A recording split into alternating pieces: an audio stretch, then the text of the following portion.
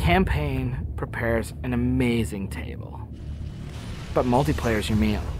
I could eat it every goddamn day, forever. It's like sitting around on the couch with 7 of your buddies, playing Halo multiplayer, trash talking. 2 men enter, the better man leaves. The lesser man is respawning, and that's Halo.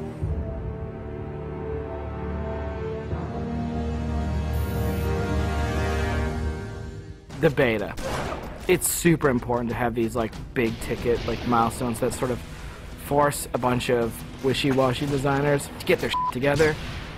So for the multiplayer team, it is absolutely a test of all the stuff we've been doing. Destination. I'm really terrified about what people are going to say. The public beta is where it all comes together. Beat the shit out of our code, come break our cookie system, come try to, like, it's a great security test. Maybe they're going to find new glitches that we can fix. That's why I'm like, please, please, find new glitches, find new glitches. We made a bunch of changes in Reach that are pretty significant.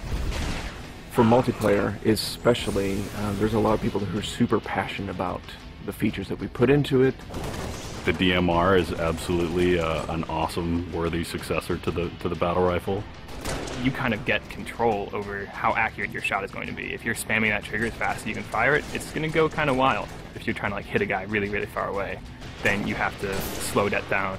Everyone's totally destroying with the DMR. It's like everyone's got a Death Star in their hands. I usually go back to the Needler. That's one that always makes me happy. Everyone's always wanted the Needler to be sweet because it's hilarious and fun. Then it gets too sweet, or all of a sudden like something gets fixed, and it's like, oh, tracking's fixed now, and you're like, guys just burst. It's been fun to go back and kind of re-envision some of the old friends. Like the sniper rifle. Like I pick up the sniper rifle and I'm like, this is it. It's totally happening. And I'm about to rain death on the plebeians that I work with. Overkill. And I'm like, yep, it's back. The Covenant focus rifle is awesome because it's like that Sentinel beam from Halo 2, but now it's a sniper weapon. When the pistol started to come back, it was insane.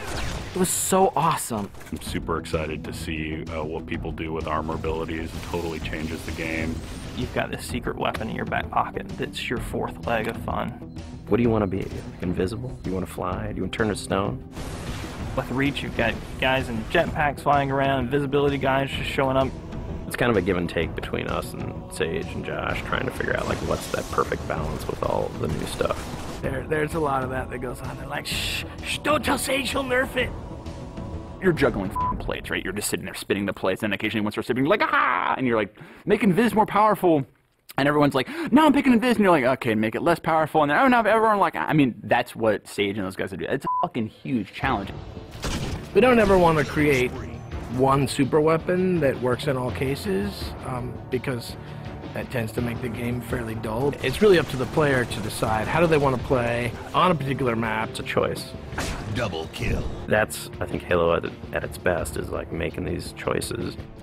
You start the game, and immediately you get to choose a loadout. You're making a single selection that includes your armor ability and your weapon.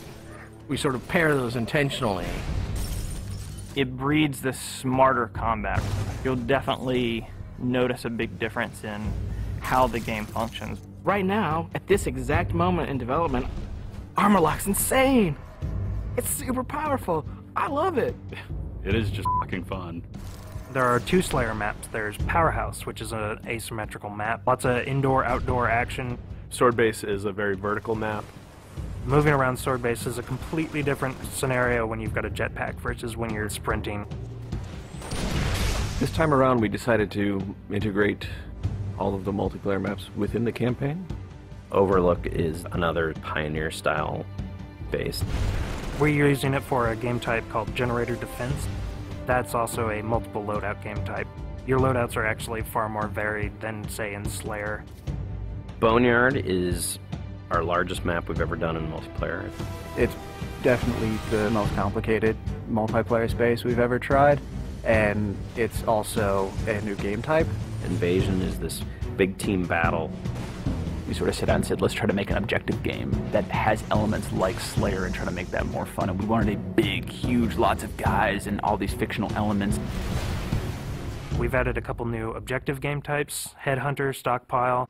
Headhunter. It's so much fun. Like seeing a dude pick up skulls and then you cap him and seeing skulls fly out of his body, and then the mad dash to pick those things up. And there's a lot of tension as you're amassing skulls. It's the risk reward of gathering up a lot and banking all at once, or just doing it one at a time and not being a big target. Headhunter. Stockpile is a team game based on capture the flag. 2 teams each have their collection zone or stockpile.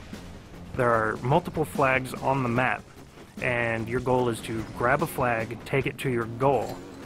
It's a game of capture and defense. We have what we call the party games. We have Race, we have Oddball, we have King of the Hill, but like, Slayer's the thing you keep coming back to. Like, for me, Slayer is the game. Slayer is multiplayer.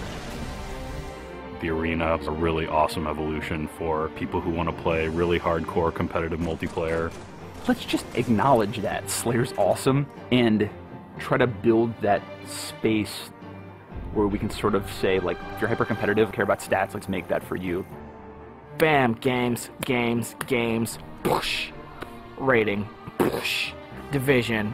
The better you play, you'll eventually be put into a division. The arena divisions are broken up into Onyx, Gold, Silver, and Steel. You can say, oh yeah, I was Gold, you know, and like that means something. And I'm like, oh yeah, that's cool. You're basically a AAA baseball player. And I'm like, I'm Onyx. Like, you just met f***ing Roger Clemens. Our matchmaking system is really good at matching people up based on skill. What it has never been really good at before is saying, well, how much fun will these 2 people have playing together? I'll sing, some of it's obnoxious, I'll get muted. Why can't I tell the system, dude, find me the people who love playing like a team player? Instead of just trying to put 8 people in a game together, we first use the social preferences for finding teammates. And then we can say, find 4 other people who are really good skill match. Without players thinking about it, we hope that it'll lead to better social encounters. Active roster essentially is us bringing the Y menu back from Halo 2. It's a way of saying, friends are online and this is what they're doing, so I can hook up with them with a minimum of fuss.